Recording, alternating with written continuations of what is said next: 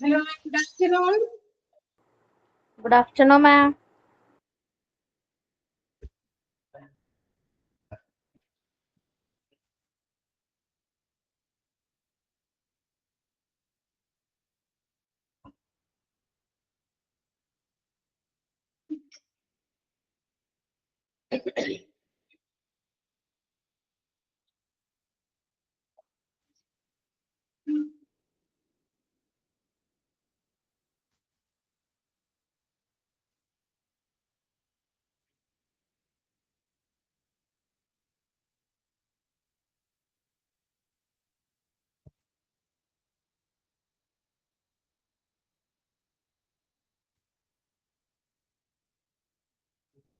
Yes.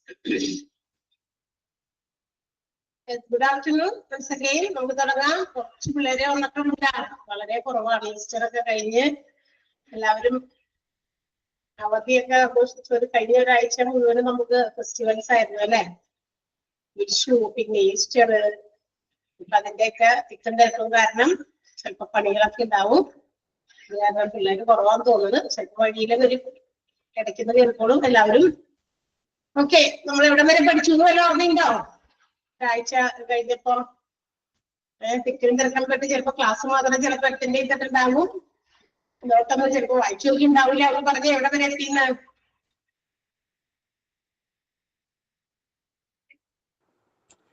Human resource management. ആരുമില്ല പറയാൻ? പറയൂ. Human resource management നാലാമത്തെ പോർഷൻ വരെ എടുത്തിട്ടുള്ളൂ. സെന്റൻസ് വരെ എടുത്തിട്ടുള്ളൂ. ഹ്യൂമൻ റിസോഴ്സ് മാനേജ്മെന്റിൽ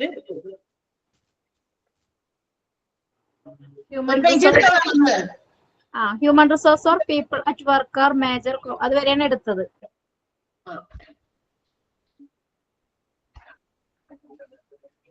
ലാസ്റ്റ് പാരഗ്രാഫ് എടുക്കണം.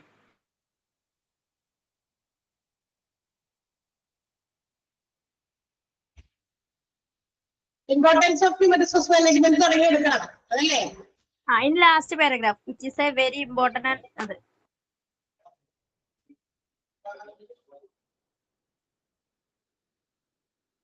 First page.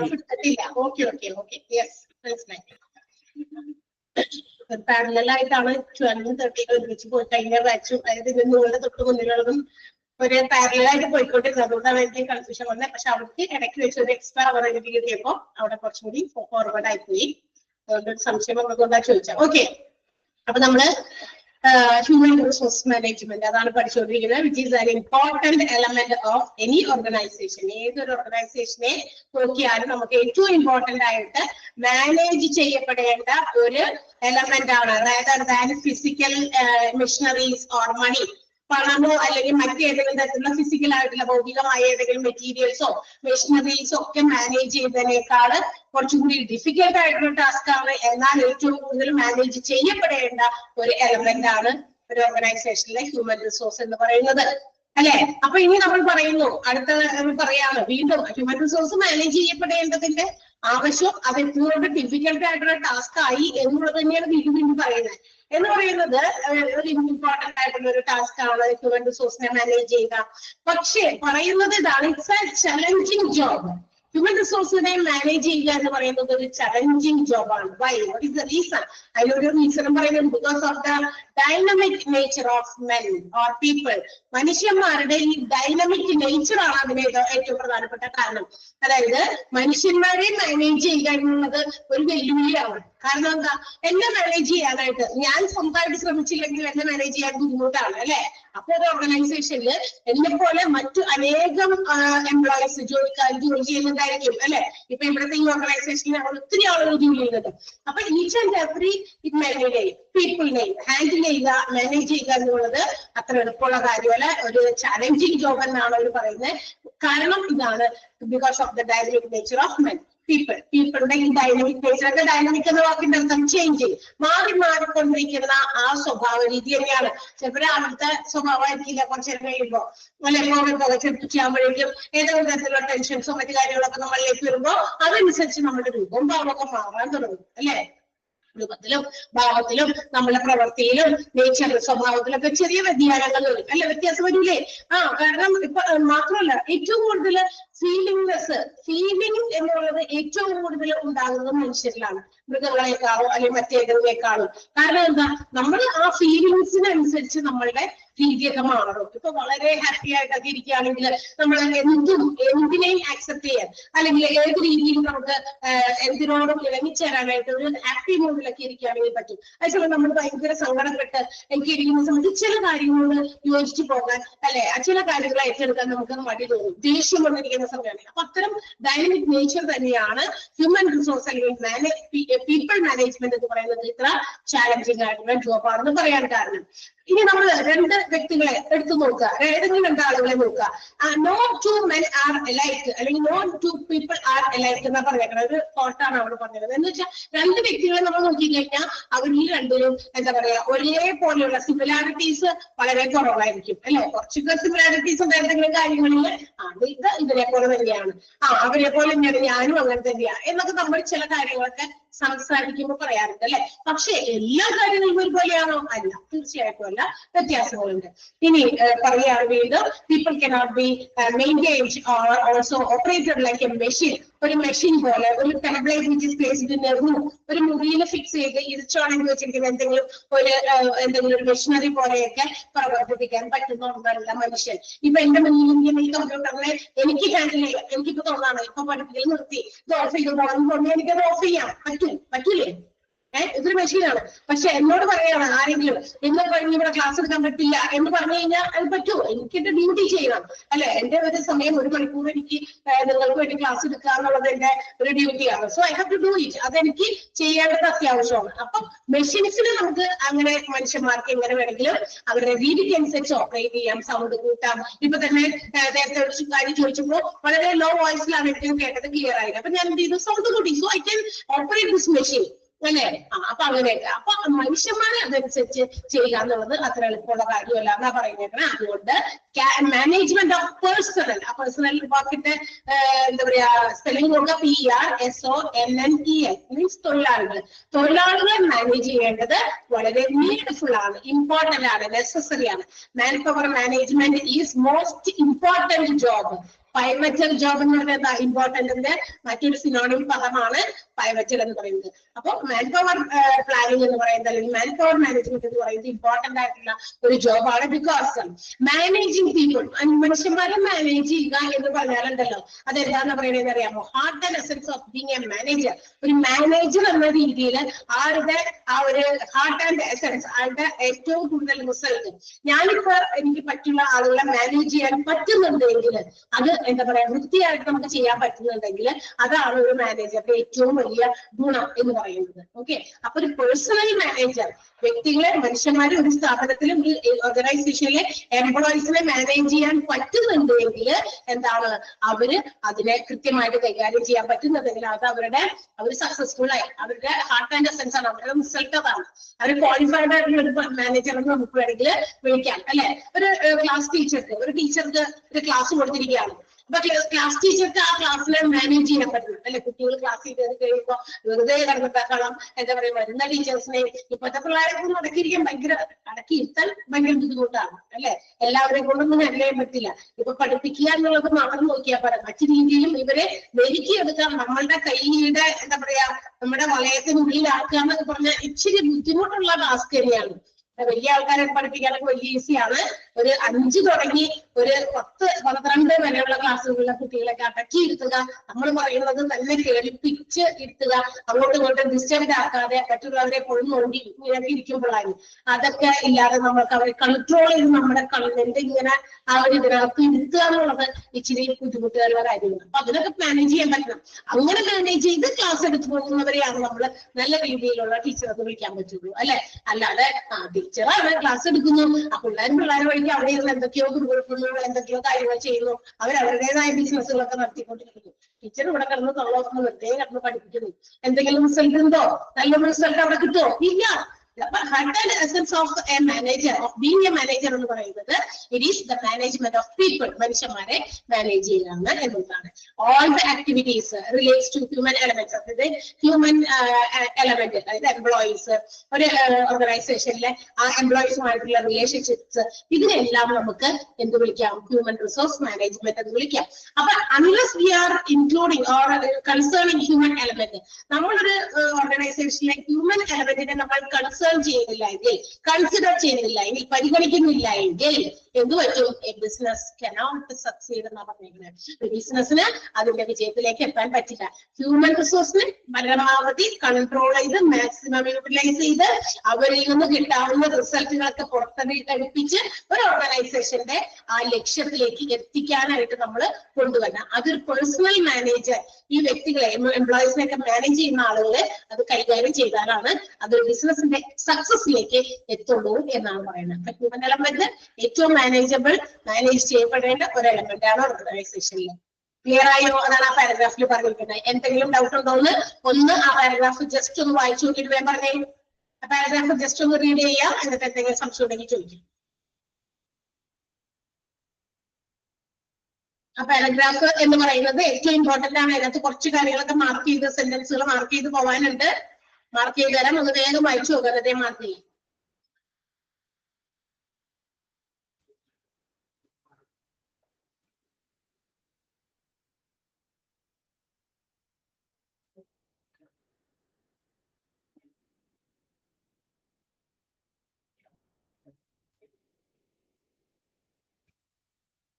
മുകളിലത്തെ 2-3 പാരഗ്രാഫുകളൊക്കെ ഉണ്ടായിരുന്നു. ചെറുതിയ 3 പാരഗ്രാഫും വലിയൊരു പാരഗ്രാഫ് അതിനകത്ത് മാർക്ക് ചെയ്യേണ്ട, അതായത് അണ്ടർലൈൻ ചെയ്ത് വെക്കാൻ ഞാൻ സെന്റൻസ് പറഞ്ഞു തന്നായിരുന്നു.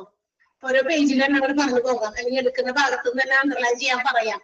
അല്ലെങ്കിൽ എല്ലാം കൂടി ഒരുമിച്ച് ഞാൻ ചെയ്യുമ്പോൾ നമുക്ക് കുറെ സമയം വെറുതെ പോകും.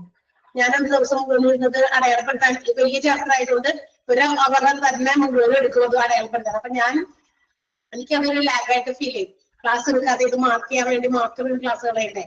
ഓക്കെ, അപ്പൊ ഞാൻ മാർക്ക് ചെയ്ത് തന്നിട്ട് ഈ ഒരു പാരഗ്രാഫിൽ മാർക്ക് ചെയ്യാനായിട്ട് പറയാം. സംശയമൊന്നുമില്ലല്ലോ ഈ പാരഗ്രാഫില്? സിമ്പിൾ അല്ലേ? മനുഷ്യന്മാരെ ഒരു മെഷീൻ പോലെ പ്രവർത്തിപ്പിക്കാൻ പറ്റില്ല.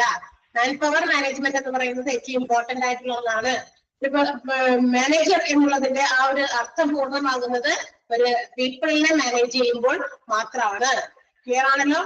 അപ്പൊ വെരി ഇമ്പോർട്ടന്റ്. ആ ഒന്നാമത്തെ സെന്റൻസ് ഒന്ന് മാർക്ക് ചെയ്യുക. It is very important and challenging job in managing people because of the dynamic nature of people. Underline ചെയ്യാം. അടുത്തത്, people cannot be operated like a machine or shifted or altered like a template in a room layout.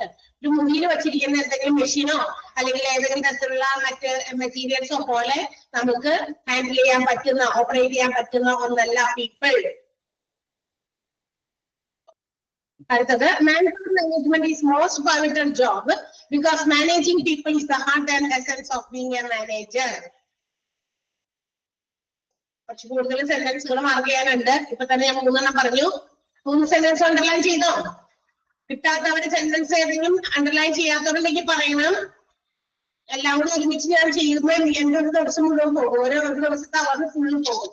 അതുകൊണ്ടാണ് ഇപ്പൊ തന്നെ പറയുന്നത്. Okay, and last sentence, unless the human element is taken into consideration, human elementനെ നമ്മൾ പരിഗണിക്കാതിരുന്നാൽ, ഒരു negative sentence ആണ് പറയാനുള്ളത്. unless കേട്ടോ, പരിഗണിക്കാതിരുന്നാൽ a business cannot succeed. ഒരു ബിസിനസ്സിന് അതിന്റെ വികസനത്തിലേക്ക് അല്ലെങ്കിൽ വിജയത്തിലേക്ക് എത്താൻ സാധിക്കില്ല. ആ സെന്റൻസ് 4 സെന്റൻസ് ഈ ഒറ്റ കുഞ്ഞു പാരഗ്രാഫിൽ തന്നെ നമ്മൾ മാർക്ക് ചെയ്തിട്ടുണ്ട്. Okay, yes. അടുത്തത്, importance of human resource management. എന്തിനാണ്? What is the importance of human resource management? Human resource manage ചെയ്യേണ്ടതിന്റെ ആവശ്യകത അല്ലെങ്കിൽ അതിന്റെ പ്രാധാന്യം എന്താണ്? പ്രധാനമായിട്ടും 3 സ്റ്റാൻഡ് പോയിന്റ്സ് അല്ലെങ്കിൽ 3 എന്താ പറയാ ഒരു പോയിന്റുകളിലാണ് എന്ത് ചെയ്യുന്നത് നമ്മളുടെ ഈ ഹ്യൂമൻ റിസോഴ്സ് മാനേജ്മെന്റിന്റെ പ്രാധാന്യം നിലകൊള്ളുന്നത്. ഏതാണ് last point? unless human element is taken into consideration, a business cannot succeed എന്നാണോ? ഹ്യൂമൻ എലമെന്റ് നമ്മൾ പരിഗണിച്ചില്ല എങ്കിൽ ഒരു ബിസിനസ് ഓർഗനൈസേഷനിലെ മനുഷ്യ വിഭവം, ഹ്യൂമൻ റിസോഴ്സ്, ഹ്യൂമൻ എലമെന്റ് എന്നുവെച്ചാൽ ഓരോ ബിസിനസ് ഓർഗനൈസേഷനും ഒരുപാട് ജോലിക്കാരുണ്ട്. ഈ ജോലിക്കാരെ മാനേജ് ചെയ്ത് കൺട്രോൾ ചെയ്ത് കൊണ്ടുപോകേണ്ട കാര്യം നമ്മൾ പരിഗണനയിൽ എടുത്തില്ല എങ്കിൽ ജോലിയൊക്കെ കൊടുക്കുന്നത് അവരെന്തെങ്കിലും വെച്ച് ചെയ്യട്ടെ, അങ്ങനെ അത്ര ലാഘവത്തോടെ നമ്മൾ അവരെ തള്ളിക്കളയാൻ പറ്റില്ല. അവരെ നല്ല രീതിയിൽ മാനേജ് ചെയ്ത് കൊണ്ടുപോയില്ല എങ്കിൽ ഒരു ബിസിനസ്സിന് വിജയത്തിലേക്ക് എത്താൻ സാധിക്കില്ല എന്നാണ് ആ സെന്റൻസ് പറഞ്ഞേക്കണേ, പറഞ്ഞത് കേട്ടോ. അത് നെഗറ്റീവ് സെന്റൻസ് ആണത്. ഇല്ല എങ്കിൽ ഇല്ല, പറ്റില്ല വിജയം. അപ്പൊ നമ്മൾ എന്ത് ചെയ്യണം? ഹ്യൂമൻ എലമെന്റ് നല്ല രീതിയിൽ കൺസിഡർ ചെയ്താൽ മാത്രമേ ഒരു ബിസിനസ്സിന് സക്സസിലേക്ക് എത്താൻ പറ്റുള്ളൂ. അൺലെസ് മാറ്റിയിട്ട് നമ്മൾ ഉപയോഗിക്കുകയാണെങ്കിൽ അതൊരു പോസിറ്റീവ് സെന്റൻസ് നമുക്ക് ആക്കി മാറ്റാം അല്ലെ. ഓക്കെ, അപ്പൊ 3 ഇമ്പോർട്ടന്റ് ആയിട്ടുള്ള സ്റ്റാൻഡ് പോയിന്റ്സിലാണ് ഹ്യൂമൻ റിസോഴ്സ് മാനേജ്മെന്റിന്റെ ഇമ്പോർട്ടൻസ് കിടക്കുന്നത്. നമുക്ക് നോക്കാം ഏതൊക്കെയാണത്. Social significance, professional significance and also significance for individual enterprise. ഇങ്ങനെ 3 സ്റ്റാൻഡ് പോയിന്റിലാണ് ഒരു ഹ്യൂമൻ റിസോഴ്സ് മാനേജ്മെന്റിന്റെ ഇമ്പോർട്ടൻസ്. എന്തിനാണ് ഹ്യൂമൻ റിസോഴ്സിനെ മാനേജ് ചെയ്യേണ്ടത്? മനുഷ്യ വിഭവത്തെ ഒരു ഓർഗനൈസേഷനിലെ ജോലിക്കാരെയൊക്കെ എന്തിനാ നമ്മൾ ഇങ്ങനെ മാനേജ് ചെയ്ത് കൊണ്ടുപോകണേ? അതിന്റെ പ്രാധാന്യം നിലകൊള്ളുന്നത് 3 അടിസ്ഥാന പോയിന്റുകളിലാണ്. ഏതൊക്കെയാണത്? ഒന്ന് സോഷ്യൽ സിഗ്നിഫിക്കൻസ്, സാമൂഹ്യപരമായിട്ടുള്ള പ്രാധാന്യത്തിന് എന്ന് വെച്ചാൽ പ്രോപ്പറായിട്ട് ശരിയായ രീതിയിൽ നമ്മൾ ഈ പേഴ്സണൽസിനെ തൊഴിലാളികളെ ജീവനക്കാരെ ജോലിക്കാരെ ഒക്കെ നമ്മൾ നല്ല രീതിയിൽ മാനേജ് ചെയ്ത് കൊണ്ടുപോയാൽ എന്ത് പറ്റും? It increases their dignity. അതെന്തിപ്പിക്കും? അവരുടെ അന്തസ്സിനെ വർദ്ധിപ്പിക്കും. ഇപ്പൊ ഞാൻ ഒരു ഓർഗനൈസേഷനിൽ ജോലി ചെയ്യുന്നു അല്ലെ, അപ്പൊ ഞാൻ അവിടുത്തെ ഒരു ജോലിക്കാരി എന്നുള്ള ആ ഒരു അന്തസ് നമുക്ക് ഫീൽ ചെയ്യും ഇല്ലേ? നമ്മളുടെ ഓരോ ജോലിക്കും ഓരോ രീതിയിലുള്ള അന്തസ് ഉണ്ടെന്നൊക്കെ നമ്മൾ പറഞ്ഞു കേട്ടിട്ടുണ്ട്. ഇഷ്ടംപോലെ ആൾക്കാർ കേട്ടിട്ടുണ്ടോ? നിങ്ങളങ്ങനെ എല്ലാ ജോലികൾക്കും അതിൻ്റെതായ ഡിഗ്നിറ്റി ഉണ്ട്, അന്തസ് ഉണ്ട് എന്ന് കേട്ടിട്ടുണ്ടല്ലോ. അപ്പൊ ഓക്കെ, നമ്മൾ എവിടെയെങ്കിലൊക്കെ ജോലി ചെയ്യുമ്പോൾ ആ ജോലി സ്ഥാപനത്തിന് നമ്മളെല്ലാം ജോലിക്കാരൊക്കെ കൃത്യമായ രീതിയിൽ നല്ല രീതിയിൽ മാനേജ് ചെയ്ത് കൊണ്ടുപോകുമ്പോൾ അത് നമ്മളുടെ ഡിഗ്നിറ്റിയെ വർദ്ധിപ്പിക്കുന്നു. ആൻഡ് ഓൾസോ അവർ സോഷ്യൽ നീഡ്സ്, മാത്രമല്ല നമ്മുടെ സാമൂഹ്യപരമായിട്ടുള്ള ആവശ്യങ്ങൾ സമൂഹത്തില് ഒരു ജോലി എന്നുള്ള നിലയിൽ നമ്മൾ എന്ത് ചെയ്യുന്നു? വിലയിരുത്തപ്പെടുന്നു, അല്ലെങ്കിൽ നമുക്ക് അങ്ങനെ ഒരു വില കിട്ടുന്നു അല്ലെ. നമ്മളോട് ചോദിക്കുകയാണ് എന്താ ജോലി? ഞാൻ ഇന്ന ഓർഗനൈസേഷനിൽ അവിടെ ടീച്ചറായിട്ട് വർക്ക് ചെയ്യാണ്. Okay, I have my own dignity. ഞാൻ ആ ഒരു ജോലി ചെയ്യുന്നതിൽ വളരെ അന്തസ്സോടെ എനിക്ക് അത് ആരോടെങ്കിലും പറയാനും അതോടൊപ്പം തന്നെ സമൂഹത്തില് ആ ഒരു വ്യക്തി ഇന്ന പൊസിഷനാണ് അറ്റൈൻ ചെയ്തിരിക്കുന്നത് എന്നറിയാനും അതാണ് ഒന്നാമത്തെ കാര്യം. അപ്പൊ ഹ്യൂമൻ റിസോഴ്സ് മാനേജ് ചെയ്യേണ്ടതിന്റെ ഫസ്റ്റ് ഇമ്പോർട്ടൻസ് ആണ് പറഞ്ഞിരിക്കുന്നത് സോഷ്യൽ സിഗ്നിഫിക്കൻസ്. ആ സോഷ്യൽ സിഗ്നിഫിക്കൻസിലൂടെ പറയുന്നത് proper management of human resource, human എലമെന്റിനെ നല്ല രീതിയിൽ മാനേജ് ചെയ്താൽ it increases the dignity of the employee. ആ എംപ്ലോയിയുടെ, ആ വർക്കറുടെ, ആ പേഴ്സന്റെ, ആ പീപ്പിളിന്റെ അല്ലെങ്കിൽ ആ ഹ്യൂമൻ എലമെന്റിന്റെ എന്ത് വർദ്ധിക്കുന്നു? ഡിഗ്നിറ്റി വർദ്ധിക്കുന്നു. And also satisfies their social needs. നമ്മുടെ സാമൂഹ്യ ആവശ്യങ്ങൾ നിറവേറുകയും ചെയ്യുന്നു. അത് ഒന്നാമത്തെ ഇമ്പോർട്ടൻസ്. ഓക്കെ, അത് 3 ഇമ്പോർട്ടൻസും ഇമ്പോർട്ടന്റ് തന്നെയാണ്. അണ്ടർലൈൻ ചെയ്ത് തന്നെ പൊക്കോട്ടെ. 3 ഇമ്പോർട്ടൻസും വളരെ എളുപ്പമുള്ളത് അല്ല, എന്താ പറയാ, പരീക്ഷയ്ക്ക് ചോദിക്കുന്നതാണ്. ഡാഷ് എന്ന് പറഞ്ഞിട്ടൊക്കെ ചോദിക്കും. ഓക്കെ, ഇനി പ്രൊഫഷണൽ ഡിഗ്നിറ്റി എന്ന് പറഞ്ഞാൽ അന്തസ് അല്ലെ. നമ്മളുടെ ജോലിയാണ് നമ്മുടെ അന്തസ്സിനെ വിവരിക്കുന്നത് അല്ലെ. ഒരു സമൂഹത്തിൽ ഒരു വിലയുള്ള വ്യക്തിയായി തീരുന്നത് നമ്മുടെ ജോലി സംബന്ധമായിട്ടാണ്. ഒരു ജോലിയില്ല, എന്താ ജോലിയൊന്നുമില്ല, ഒരു ജോലിയില്ല, കൂലിയില്ല ഇന്നത്തെ കാലത്ത് അല്ലെ. Without discrimination of gender discrimination ഒന്നും ഇല്ലാതെ എല്ലാവരും ആഗ്രഹിക്കുന്ന ഒന്നാണ് ജോലി. എനിക്ക് ജോലി കിട്ടണം അല്ലെ, നമ്മളുടെ സ്വന്തം കാലിൽ നിൽക്കണം അല്ലെ. അത് മാത്രമല്ല ഒരു ആളുടെ ഡിഗ്നിറ്റിയെ കൂടി ചോദ്യം ചെയ്യുന്ന രീതിയാണ്. ഒരു ജോലിയില്ലല്ലോ അല്ലെ, നമ്മൾ പറയും നമുക്ക് ജോലിയൊന്നും ഇല്ലാത്തത് കൊണ്ടാണ് നമുക്കൊരു വിലയില്ലാത്തത് എന്നൊക്കെ പലപ്പോഴും പല രീതിയിലും ആളുകൾക്ക് തോന്നുന്നുണ്ട് അല്ലെ. എപ്പോഴും ഏത് സമയത്തും നമുക്ക് ഇപ്പൊ വീട്ടിലുള്ള ആൺകുട്ടികൾ അല്ലെങ്കിൽ പെൺകുട്ടികളായിക്കോട്ടെ എല്ലാവരെയും നമ്മൾ ജോലി ഉണ്ടെന്ന രീതിയിൽ സെക്യൂർ ആക്കാൻ വേണ്ടിയിട്ട് നമ്മൾ പരമാവധി ശ്രമിച്ചുകൊണ്ടിരിക്കുന്നു. കാരണം നെക്സ്റ്റ് ഫ്യൂച്ചറിൽ നമ്മൾ കല്യാണം കഴിച്ച് പോകാനുള്ളതല്ലേ പെൺകുട്ടികളൊക്കെ ഒരു ഇടയ്ക്കുള്ള ചിന്താഗതിയായിരുന്നു അല്ലെ. പണ്ടത്തെ പാരന്റ്സിന്റെ ഒക്കെ ചിന്താഗതി പെൺകുട്ടികളല്ലേ അത്രയും പഠിക്കണ്ട, കാരണം അതൊക്കെ കല്യാണം കഴിച്ച് കൊടുത്തുവിടാൻ. ആൺകുട്ടിയാവും പഠിക്കണം, എന്നാലേ നമ്മുടെ വീട് നോക്കാൻ പറ്റുള്ളൂ, വീട്ടിലൊരു വരുമാന മാർഗമാണ് ആള് എന്നൊക്കെ. പക്ഷെ ഇന്ന് അങ്ങനത്തെ ചിന്താഗതി മാറി. എല്ലാവരും ഈക്വലി ട്രീറ്റ് ചെയ്യപ്പെടണം അല്ലെ. നമ്മള് കുട്ടികൾ തന്നെ പറയും അവൻ ആൺകുട്ടി ആയതുകൊണ്ട് അവൻ ഇല്ല, അങ്ങനെയില്ല. ആൺകുട്ടി പെൺകുട്ടി എന്നുള്ള വ്യത്യാസമൊന്നും ഇവിടെ ഇല്ല. ഇപ്പൊ അങ്ങനെയാണ് നമ്മള് കുട്ടികൾ അവര് തന്നെ സ്വയം കാണുന്നത്. നമ്മളോടും അങ്ങനെ സംസാരിക്കാൻ അവർ സമ്മതിക്കില്ല. അവിടെ അങ്ങനെ ഒരു വേർതിരിവ് നമുക്ക് കാണിക്കാൻ പറ്റില്ല. അപ്പൊ ഒരു ആളുടെ ജോലി അവരുടെ ഡിഗ്നിറ്റിയെ പ്രൂവ് ചെയ്യുന്നതാണ്. സോ ദാറ്റ് ഒരു ജോലി നല്ലൊരു ജോലിയുണ്ട് എന്ന് പറയാനും സമൂഹത്തിൽ അംഗീകരിക്കപ്പെടാനൊക്കെ ഏതൊരാളുകളും ആഗ്രഹിക്കുന്നു. അപ്പൊ ഹ്യൂമൻ മാനേജ്മെന്റ് എന്ന് പറയുന്നത് അല്ലെങ്കിൽ മാൻ പവർ മാനേജ്മെന്റ് പ്രോപ്പറായ രീതിയിൽ നടത്തിയാൽ അവരുടെ എന്താ പറയാ അവരുടെ ഡിഗ്നിറ്റി വർദ്ധിപ്പിക്കാം, അതോടൊപ്പം തന്നെ അവരുടെ സോഷ്യൽ നീഡ്സ് സാമൂഹ്യപരമായിട്ടുള്ള ആവശ്യങ്ങൾ സാറ്റിസ്ഫൈ ചെയ്യുകയും ചെയ്യും. സെക്കൻഡ് വൺ പ്രൊഫഷണൽ സിഗ്നിഫിക്കൻസ് ആണ്. അതായത് എന്താ പ്രൊഫഷണൽ, നമുക്കൊരു ജോലി കിട്ടി, നമുക്ക് ആ ജോലിയിൽ ആ ഓർഗനൈസേഷൻ നമ്മൾ ജോലി ചെയ്യുമ്പോൾ we have to be provide healthy working environment. നമുക്ക് എന്ത് കിട്ടണം? ഒരു ഹെൽത്തി വർക്കിംഗ് എൻവയോൺമെന്റ് കിട്ടണം. എന്താ ഹെൽത്തി വർക്കിംഗ് എന്ന് പറഞ്ഞാൽ ഒരു നല്ല ഒരു നമുക്ക് ജോലി ചെയ്യാനുള്ള അന്തരീക്ഷം, അല്ലെങ്കിൽ നമുക്ക് കിട്ടുന്ന ജോലി ചെയ്യാനുള്ള ചുറ്റുപാട് ഹെൽത്തി ആയിരിക്കണം. അൺഹെൽത്തി ആയിട്ടുള്ള ചുറ്റുപാടുകൾ നമുക്ക് ജോലി ചെയ്യാനായിട്ട് ഇഷ്ടപ്പെടില്ല. അൺഹെൽത്തി എന്ന് പറഞ്ഞാൽ എന്താ?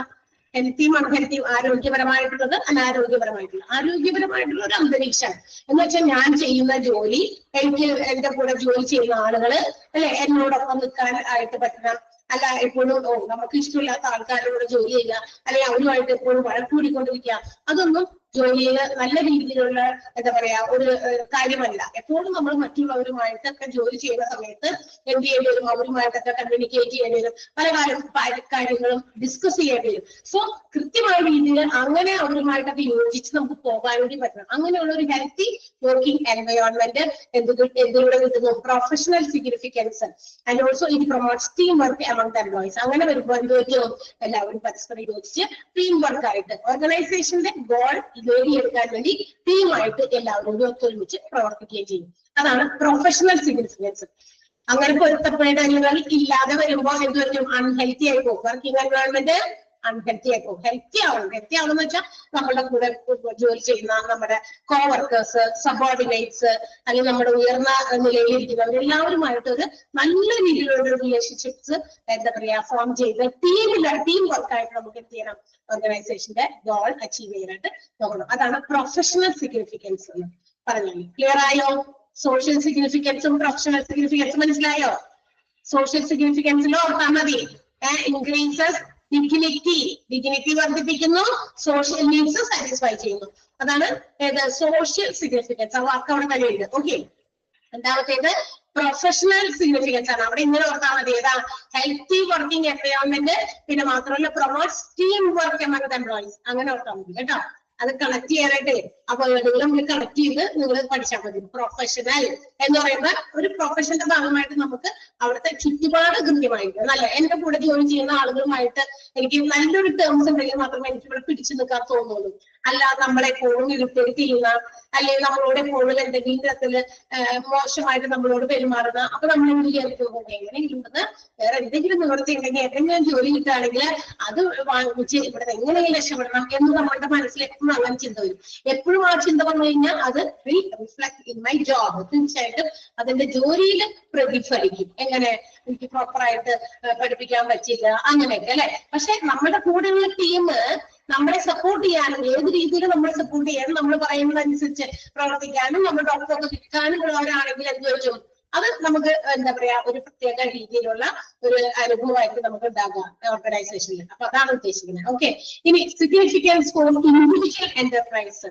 ഇതെന്താ? ഇതിന്റെ അർത്ഥം എന്താ? ഈ സിഗ്നിഫിക്കൻസ് ഓഫ് ഇൻഡിവിജ്വൽ എന്ന് പറഞ്ഞാൽ വ്യക്തിപരമായിട്ട് ഓരോ വ്യക്തികളും ഒരു ഓർഗനൈസേഷനിൽ ഓരോ ജോലിക്കാർ ജോലി ചെയ്യുമ്പോൾ അവിടെ ആ ജോലിക്കാരുടെ ഇടയിൽ ടു ക്രിയേറ്റ് റൈറ്റ് ആറ്റിറ്റ്യൂഡ്, അതായത് എല്ലാ എംപ്ലോയീസിന്റെയും ഉള്ളില് ഒരു റൈറ്റ് ആറ്റിറ്റ്യൂഡ്, എന്താ പറയാ ഒരു ശരിയായ രീതിയിലുള്ള ഒരു മനോഭാവം, അവരെ എന്താ പറയാ ഓർഗനൈസേഷനോട് നല്ല രീതിയിലോട്ട് ചേർന്ന് നിൽക്കാൻ മോട്ടിവേഷൻ ഒക്കെ കൊടുത്ത് അല്ലെ, അതായത് ഇഫക്റ്റീവ് ആയിട്ടുള്ള മോട്ടിവേഷൻ ഒക്കെ കൊടുത്ത് ആ ഓർഗനൈസേഷനോട് ചേർന്ന് നിന്ന് അതിന്റെ ലക്ഷ്യം കൈവരിക്കാനായിട്ട് ഓരോ ഇൻഡിവിജ്വൽസിനെയും ഓരോ ഹ്യൂമൻ ബീയിങ്ങിനെയും ഓർഗനൈസേഷൻ എന്താ പറയാ പ്രാപ്തരാക്കുക. അതിനാണ് നമ്മൾ സിഗ്നിഫിക്കൻസ് ഫോർ എന്താണ് ഇൻഡിവിജ്വൽ എന്റർപ്രൈസ് എന്ന് പറയുന്നത്. Okay, it can help organisation in fulfilling its goal. ഒരു ഓർഗനൈസേഷൻ അതിന്റെ ഗോൾ ലക്ഷ്യം നേടിയെടുക്കുന്നത് എങ്ങനെയായിരിക്കണം? By creating right attitude among the employees. എംപ്ലോയീസിന്റെ ഇടയിൽ ശരിയായ രീതിയിലുള്ള മനോഭാവം വളർത്തിയെടുത്തുകൊണ്ട് അങ്ങനെ ആ വളർത്തിയെടുക്കാൻ വേണ്ടിയിട്ട് ത്രൂ ഇഫക്റ്റീവ് മോട്ടിവേഷൻ, ആവശ്യത്തിന് മോട്ടിവേഷൻസ് പ്രൊവൈഡ് ചെയ്യാം.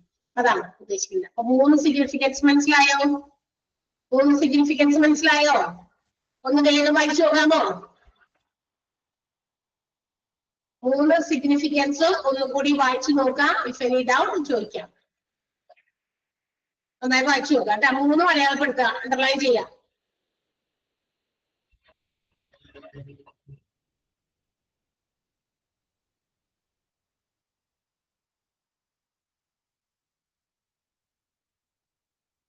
3 അണ്ടർലൈൻ ചെയ്തേക്കെ. അടുത്തതിലേക്ക് പോകാം.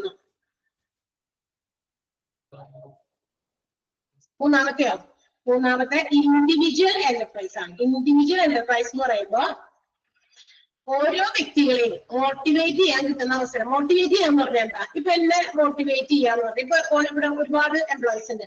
എങ്ങനെ നമുക്ക് മോട്ടിവേഷൻസ് കൊടുക്കുക? ചില ആളുകളെ മോട്ടിവേറ്റ് ചെയ്യാൻ എന്താ പറയാ, ഫിനാൻഷ്യൽ ആയിട്ടുള്ള ചില ഹെൽപ്പ് കൊടുക്കും, സാമ്പത്തിക സഹായങ്ങൾ കൊടുക്കും.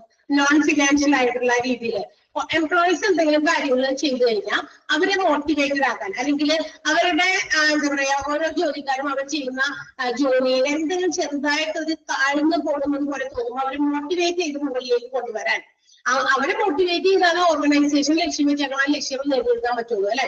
അപ്പൊ അങ്ങനെ ഓരോരുത്തരെയും പ്രാപ്തരാക്കാം. അത്ര ഉള്ളൂ അതിനകത്ത്.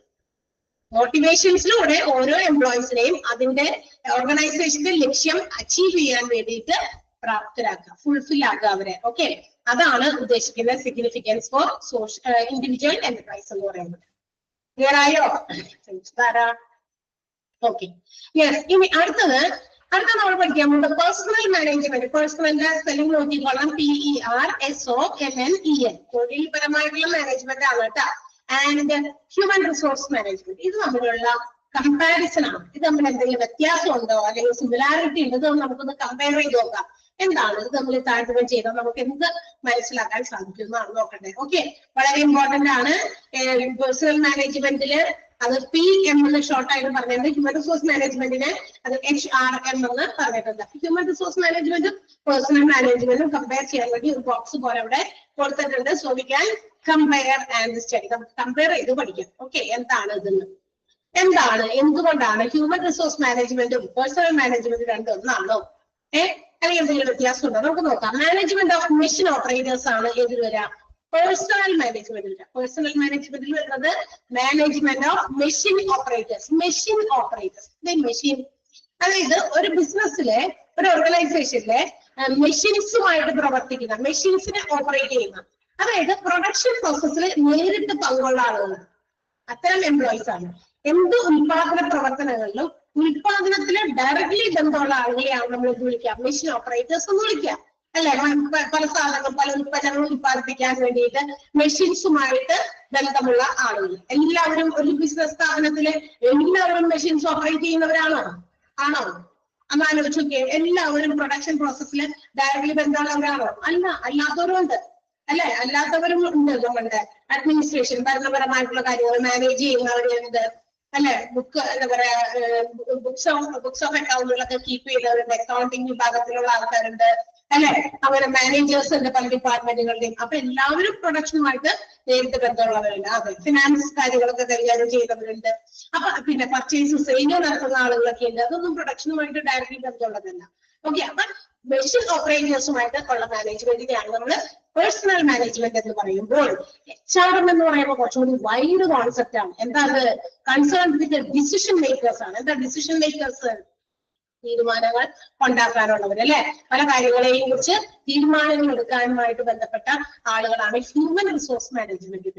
ഓക്കെ, അപ്പൊ management of machine operators personnel മാനേജ്മെന്റിൽ വരുമ്പോൾ human resource management is concerned with decision makers. Okay, അപ്പൊ ഇങ്ങനെയൊക്കെ ചോദിക്കും. Dash is concerned with decision makers. Decision മേക്കേഴ്സുമായിട്ട് കൺസേൺ ആയിട്ടുള്ളത് ഏതാണ്? HRM, human resource management. Management of machine operators is dash. Machine ഓപ്പറേറ്റേഴ്സിന്റെ മാനേജ്മെന്റിനെ നമ്മൾ ഡാഷ് എന്ന് പറയുന്നു. അത് പേഴ്സണൽ മാനേജ്മെന്റ്. അങ്ങനെയൊക്കെ ചോദ്യം വരുന്ന ഒരു ഉദാഹരണം പറഞ്ഞതാണ്. ഓക്കെ, ഇനി പേഴ്സണൽ മാനേജ്മെന്റിൽ വരുന്ന രണ്ടാമത്തെ കാര്യം എന്താണ്? Relationship between management and trade unions. ഏതൊക്കെ തമ്മിലുള്ള ബന്ധമാണ്? റിലേഷൻഷിപ്പ് ബിറ്റ്വീൻ മാനേജ്മെന്റും ട്രേഡ് യൂണിയനും തമ്മിലുള്ള ബന്ധമാണ് പേഴ്സണൽ മാനേജ്മെന്റിൽ വരുന്നതെങ്കിൽ relationship between employer and employer. അവിടെ എംപ്ലോയർ, ബാക്കി എല്ലാവരും എംപ്ലോയീസ് ആണ്. മനസ്സിലായോ? ബാക്കി എല്ലാ ആളുകളെയും നമ്മൾ ഒറ്റ ഗണത്തിൽപ്പെടുത്തുന്നു. അത് ആരാണ്? എംപ്ലോയി ആണ്. എംപ്ലോയർ നമുക്ക് ജോലി തരുന്നതാണ് അല്ലെ. ഓർഗനൈസേഷന്റെ എന്താ പറയാ, ഓർഗനൈസേഷൻ നടത്തിക്കൊണ്ട് പോകുന്ന എംപ്ലോയർ ജോലി തരുന്നവരാണ്. അപ്പൊ എംപ്ലോയീസ് ബാക്കി എല്ലാവരും വിടും. അവർ തമ്മിലുള്ള ബന്ധമാണ് ഏതിൽ വരാ? HRM വരാം. ഓക്കെ, ഇനി PM പേഴ്സണൽ മാനേജ്മെന്റിൽ വരുന്ന മറ്റൊന്നാണ് management of lower level staff. ഈ ഏറ്റവും താഴെയുള്ള ഏറ്റവും ലോവർ ലെവലിലുള്ള സ്റ്റാഫിനെ മാത്രം മാനേജ് ചെയ്യുന്നതാണ് പേഴ്സണൽ മാനേജ്മെന്റ് എന്ന് വരാം. പേഴ്സണൽ മാനേജ്മെന്റ് എന്ന് പറഞ്ഞാൽ ഏതാണ്?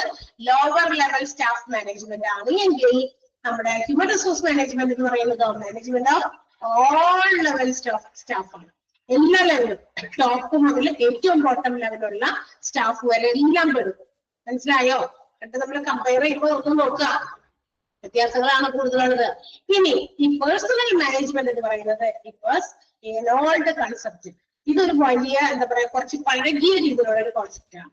എന്നാൽ അതിന്റെ ഒരു ലേറ്റസ്റ്റ് വെർഷൻ എന്ന് വേണമെങ്കിൽ നമുക്ക് പറയാം ഇതിനെ ഹ്യൂമൻ റിസോഴ്സ് മാനേജ്മെന്റിന്. ഓക്കെ, ഇന്ന് എല്ലാ ലെവലിലുള്ള എംപ്ലോയീസിനെയും മാനേജ് ചെയ്യേണ്ടത് അത്യാവശ്യമാണെന്ന് മനസ്സിലാക്കി എന്താ പറയാ താഴെ ഏറ്റവും താഴെയുള്ള ലെവൽ ഓഫ് സ്റ്റാഫിനെ മാത്രം മാനേജ് ചെയ്താൽ പോരാ, അതിന്റെ ഇടയിലുള്ളവര് ഏറ്റവും ടോപ്പ് ലെവലിലുള്ള എല്ലാ എംപ്ലോയീസിനെയും മാനേജ് ചെയ്യേണ്ടത് അത്യാവശ്യമാണെന്ന് കുറെ കഴിഞ്ഞപ്പോ പഠനങ്ങളും റിസർച്ചുകളും ഒക്കെ നടത്തിയപ്പോ ബിസിനസ്സുകാർക്ക് മനസ്സിലായോ?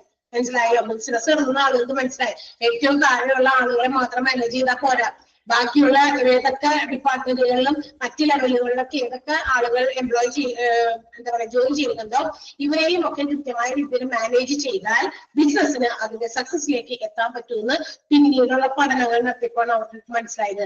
അങ്ങനെ ഒരു പുതിയ കോൺസെപ്റ്റ് പേഴ്സണൽ മാനേജ്മെന്റിൽ നിന്ന് ചാടി എവിടേക്ക് വന്നു? HRM, ഹ്യൂമൻ റിസോഴ്സ് മാനേജ്മെന്റിലേക്ക് വന്നു. ക്ലിയർ ആയോ? പെട്ടി മനസ്സിലായോ? ഇനി പറ, എന്താണ് പേഴ്സണൽ മാനേജ്മെന്റിന് ഹ്യൂമൻ റിസോഴ്സുമായിട്ടുള്ള ബന്ധം? ഒരു പൂർവ്വകാല ബന്ധമാണ് അല്ലേ? ചോദിക്കേ. പേഴ്സണൽ മാനേജ്മെന്റ് ഒരു ഓൾഡ് കോൺസെപ്റ്റ് ആണ്. അതൊക്കെ മാറി ഇപ്പൊ അതിന് പകരം സബ്സ്റ്റിറ്റ്യൂട്ട് ചെയ്ത് ഹ്യൂമൻ റിസോഴ്സ് മാനേജ്മെന്റ് ഞാൻ പറഞ്ഞു കഴിഞ്ഞ ക്ലാസ്സുകളിലൊക്കെ ഇന്നതൊരു കോഴ്സ് ആയിട്ട് തന്നെ എടുത്ത് പഠിക്കുന്നുണ്ട് ആളുകൾ. കാരണം ഒരു ബിസിനസ് ഓർഗനൈസേഷന്റെ സക്സസിലേക്ക് എത്തിക്കുന്നതിന് ഏറ്റവും പ്രധാനപ്പെട്ട ഒരു എലമെന്റ്, ഒരു ഘടകമാണ് ഹ്യൂമൻ റിസോഴ്സ് മാനേജ്മെന്റ് എന്ന് പറയുന്നത്. അപ്പൊ ഇപ്പൊ ഹോസ്പിറ്റലൊക്കെ നോക്കിയേ, എത്ര ജോലിക്കാരാണ് ഒരു ഹോസ്പിറ്റലിലുള്ളത് അല്ലെ? അവിടെ ആ ഹോസ്പിറ്റലിന്റെ ഓണർഷിപ്പ്, അത് എംപ്ലോയർ ആരാണോ അതിന്റെ കീഴിൽ പ്രവർത്തിക്കുന്ന ഒരുപാട് ജോലിക്കാരുണ്ട്. ഇവരെല്ലാവരും കൃത്യമായ രീതിയിൽ മാനേജ് ചെയ്ത് കൊണ്ടുപോകണം ഹ്യൂമൻ റിസോഴ്സ് മാനേജ്മെന്റ് അല്ലെങ്കിൽ മാനേജർ എന്ന് പറയുന്ന ആ ഒരു വിഭാഗം. അപ്പൊ അതൊക്കെ മാനേജ് ചെയ്യുക എന്നുള്ളതാണ് ഇന്നത്തെ ലേറ്റസ്റ്റ് കോൺസെപ്റ്റിലേക്ക് HRM-നെ കൊണ്ടുവന്ന് എത്തിച്ചിരിക്കുന്നത്. ക്ലിയർ ആയോ? പെട്ടി മനസ്സിലായോ? പെട്ടി ഒന്ന് NB ഇട്ട് ചെയ്താ പെട്ടി ഇമ്പോർട്ടന്റ് ആണ്, നോട്ട് ചെയ്യേണ്ടതാണ്. Yes. അടുത്തത് ഓക്കെ.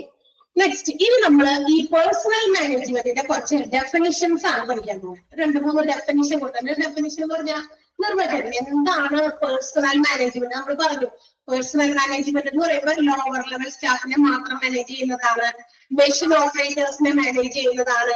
ഇത് ഓൾഡ് കോൺസെപ്റ്റ് ആണെന്ന് പറഞ്ഞു. അതിൽ നിന്നാണ് നമ്മുടെ ഇന്നത്തെ മാനേജ്മെന്റ് ഹ്യൂമൻ റിസോഴ്സ് മാനേജ്മെന്റിലേക്ക് എത്തിയേക്കണേ. നമ്മൾ എന്ത് ചെയ്യണം? ആദ്യം തന്നെ പേഴ്സണൽ മാനേജ്മെന്റ് ഓൾഡ് കോൺസെപ്റ്റ് എന്താണെന്ന് അതിനെ കുറിച്ച് ചില കാര്യങ്ങളൊക്കെ നമ്മൾ മനസ്സിലാക്കണം. എന്നിട്ടാണ് ഇപ്പോഴത്തെ അതിന്റെ ആ ഒരു മാറ്റം അല്ലെ, അതിന്റെ ചേഞ്ചിന് വേർഷൻ ആയിട്ടുള്ള ഹ്യൂമൻ റിസോഴ്സ് മാനേജ്മെന്റിലേക്ക് നമുക്ക് എത്താൻ പറ്റുള്ളൂ. മനസ്സിലായോ? അപ്പൊ അതുകൊണ്ട് what is the definition of personnel management? ഈ പേഴ്സണൽ മാനേജ്മെന്റിന്റെ ഡെഫിനിഷൻ 3 എണ്ണം കൊടുത്തിട്ടുണ്ട്. ഒരു കോമൺ ആയിട്ടുള്ള ഒരു ഡെഫിനിഷനും പിന്നെ ബാക്കി 2 എന്താ പറയാ ആരൊക്കെയോ ഉണ്ടാക്കി വെച്ചിരിക്കുന്ന കുറച്ച് ഡെഫിനിഷൻ 2 വേറെ തന്നിട്ടുണ്ട്. നമുക്ക് ഈ ഡെഫിനിഷൻ എന്തായാലും 3 ഇമ്പോർട്ടന്റ് തന്നെയാണ്. ഒന്ന് കോമൺ ആയിട്ടുള്ള ഡെഫിനിഷൻ കൊടുത്തിട്ടുണ്ട്. എന്താണത്? Personnel management is that stage of management which carries out effective control and use of manpower as distinguished from other sources of power. ഒരു ബിസിനസ് നടത്തിക്കൊണ്ടുപോകാൻ ഒരുപാട് എന്താ പറയാ ആ ബിസിനസ്സിനെ മുന്നോട്ട് നയിക്കുന്ന ഒത്തിരി ശക്തികളുണ്ട്, ഒത്തിരി കാര്യങ്ങളുണ്ട്. മെഷീൻസ് ഉണ്ട് അല്ലെ, പണം അല്ലെ, ക്യാപിറ്റൽ മൂലധനം ഉണ്ട്, പിന്നെ എന്താ പറയാ അത് ബിസിനസ് നടത്തിക്കൊണ്ട് പോകുന്ന ഓണ്ടർപ്രണർ അല്ലെ, നടത്തിക്കൊണ്ട് പോകുന്ന ആള്, പിന്നെ അതുമായിട്ട് ബന്ധപ്പെട്ടിട്ടുള്ള അസറ്റുകൾ, മറ്റു കാര്യങ്ങൾ ഒത്തിരി കാര്യങ്ങളുണ്ട്. ഇതിൽ നിന്നെല്ലാം വ്യത്യസ്തമായി, ഇതിൽ നിന്നെല്ലാം അപ്പുറം മാൻ പവറിനെ എങ്ങനെ നമുക്ക് ഇഫക്റ്റീവായിട്ട് യൂസ് ചെയ്യാം, മാൻ പവറിനെ നമുക്ക് എങ്ങനെ ഇഫക്റ്റീവായിട്ട് കൺട്രോൾ ചെയ്യാം എന്നുള്ള മാനേജ്മെന്റ് ആണ് പേഴ്സണൽ മാനേജ്മെന്റ്. മറ്റെല്ലാം അവിടെ മാറ്റി നിർത്തട്ടെ. ബിസിനസ്സിന് മനുഷ്യന്മാര് മാത്രം, കുറെ ജോലിക്കാർ മാത്രം ഉണ്ടായാൽ ബിസിനസ് നടക്കില്ലെന്ന് നമുക്കറിയാം. ബിസിനസ്സിൽ എന്തൊക്കെ ഉണ്ട്? പണമുണ്ട്, അസറ്റുകളുണ്ട്, ബിൽഡിങ്ങുണ്ട്, പ്രമിസസ് ഉണ്ട്, ഒത്തിരി കാര്യങ്ങൾ ഉണ്ട് എങ്കിലും ക്യാപിറ്റൽ മൂലധനം ഒക്കെ ഉണ്ട്, പൈസ ഒക്കെ ഇഷ്ടംപോലെ ഉണ്ട് ബിസിനസ്. പക്ഷെ അത് നടത്തിക്കൊണ്ട് പോകുമ്പോൾ അതിനകത്ത് ജോലി ചെയ്യാനുള്ള എംപ്ലോയീസ് ഉണ്ട്. അതുകൊണ്ട് എന്നാൽ ഇവര് പറയുന്നു പേഴ്സണൽ മാനേജ്മെന്റില് ഈ പറയുന്ന ഈ മാൻ പവറിനെ, മനുഷ്യന്മാരുടെ ആ ഉപയോഗം എങ്ങനെ നമുക്ക് പരമാവധി അവർ ഉപയോഗിക്കാം ബിസിനസ്സില്, അവരെങ്ങനെ നമുക്ക് ഇഫക്റ്റീവായിട്ട് കൺട്രോൾ ചെയ്ത് കൊണ്ടുപോകാം എന്നുള്ളതാണ് പേഴ്സണൽ മാനേജ്മെന്റ് പറയുന്നത്. അതാണ് കോമൺ ഡെഫിനിഷൻ. ആ കോമൺ ഡെഫിനിഷൻ ഒന്ന് അണ്ടർലൈൻ ചെയ്യാം. ക്ലിയർ ആയോ നമുക്ക് ഡെഫിനിഷൻ? മനസ്സിലാവുന്നതുകൊണ്ട് ഇതിൽ ചോദിക്കാം, അല്ലെങ്കിൽ ഞാൻ അടുത്ത ഡെഫിനിഷനിലേക്ക് പോകും. ക്ലിയർ ആണല്ലോ? I think okay. യെസ്, ഒന്നും പറയണോ? എന്താണ് പേഴ്സണൽ മാനേജ്മെന്റ് എന്ന് പറയുന്നത്? ഒരു മാനേജ്മെന്റ് ആണ്. മാനേജ് ചെയ്യാന്ന് പറഞ്ഞാൽ എന്താ? മാനേജ് ചെയ്യാന്ന് പറഞ്ഞാൽ ക്ലാസ് ഒന്ന് മാനേജ് ചെയ്തോളൂട്ടോ, ഞാൻ ഇപ്പൊ വരാം എന്ന് പറഞ്ഞ് ഒരാളെ ഏൽപ്പിച്ചിട്ട് വന്നു കഴിഞ്ഞാൽ നിങ്ങൾ അതൊന്ന് നോക്കി എല്ലാം ഇതാക്കണം അല്ലേ? ക്ലാസ് അത്രയും നേരം പോകാനോടൊപ്പം അവിടെ ഇല്ലാത്ത ആ സമയത്ത് അതൊന്നും മാനേജ് ചെയ്യണം.